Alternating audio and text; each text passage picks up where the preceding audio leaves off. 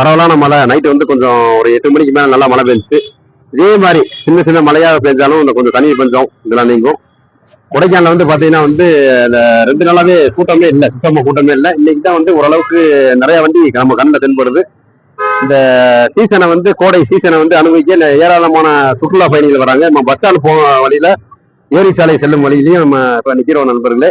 அண்ணா சாலையில இப்போ வந்து பாத்தீங்கன்னா உங்க டிராபிக்கை வந்து காமிக்க போறோம் எப்படி இருக்குன்னு.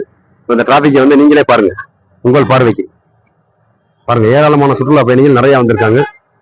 இன்னைக்கும் பாத்தீங்கன்னா வந்து மழை வர்றதுக்கான வாய்ப்பு இருக்கு. வாட்டர் ஃபால்ஸ் அதே மாதிரி சுற்றுலா பயணிகள் கண் கவரும் கொடைக்கானல காண்பதற்கு வரக்கூடிய வாட்டர் ஃபால்ஸும் பார்த்து மகிழ்ச்சி அடையலாம்.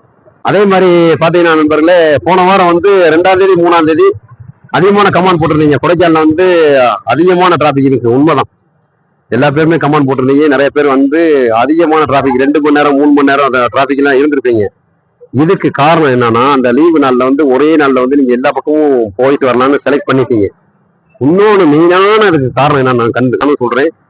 சாலை வசதி, தேவையான அடிப்படை சாலை வசதி, பெரிய சாலை வசதியா இருந்தா இந்த மாதிரி டிராபிக் எல்லாம் வந்து நமக்கு ஆகிறதுக்காக சான்சஸ் கிடையாது.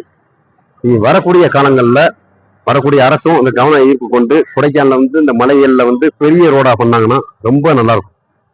அதிகமான டிராபிக் ஆகாது. பெரிய ரோடு வசதி தான் இல்லை, அதுக்குதான் வந்து அதிகமான டிராபிக். எங்கேயும் போக முடியல, வரவும் முடியல. அதனாலதான் நிறைய சுற்றுலா பயணிகள் அவதிக்கு உள்ளானாங்க.